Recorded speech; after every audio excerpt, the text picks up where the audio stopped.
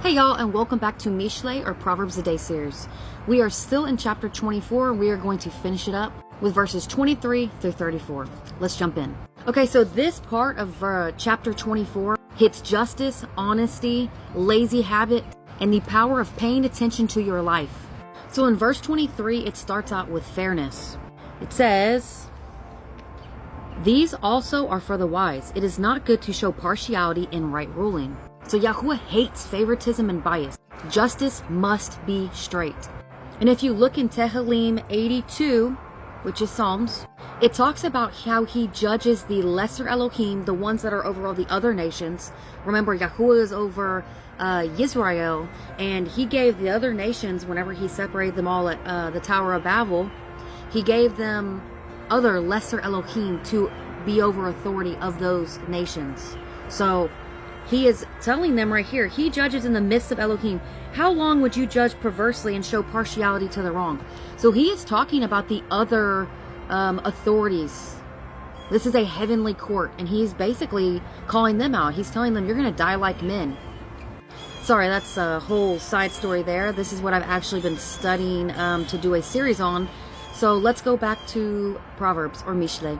Okay, verse 24 says, "He who says to the wrong, you are righteous, peoples curse him, nations despise him." So calling evil good brings judgment. And yes, I'm talking to all y'all watered down Christians who think that Thanksgiving and Christmas are amazing and they're good. No, they're not. They're evil. And that is a judgment thing, so don't do it. Calling good evil brings shame. So in the opposite, you want to sit here and say that the law is done away with. No, it is not. But you want to sit here and teach people that, read Matthew, or Matthew 5:17 through 19. But I digress. All right, verse 25 says, "But those who rebuke the wrong, it is pleasant, and a good blessing comes on them." So speak truth, even when it's unpopular. What do you think I'm doing all the time? I'm always speaking truth, and even my husband doesn't agree with me, but it's not me you're disagreeing with. It's the Bible.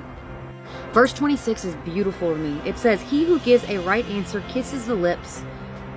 Wow. That is meaning that truth is intimacy. Honesty builds real relationships. Verse 27 is just practical. It's telling us to prepare your outside work and afterward build your house, which means handle your responsibilities before you chase comfort. Verse 28 and 29 warns against revenge, false accusations, and reacting out of emotion. Let Yahuwah handle it. I just noticed I can see my breath. It is that cold out here. Y'all, this is what I have to do. I'm like, I can't even feel my fingers right now, but it's fine. This is all for y'all. Verses 30 and 31, this end with one of the most powerful life parables. So listen clearly. It says, "I passed by the field of lazy and by the vineyard of the man lacking heart, and see, it was all overgrown with thorns."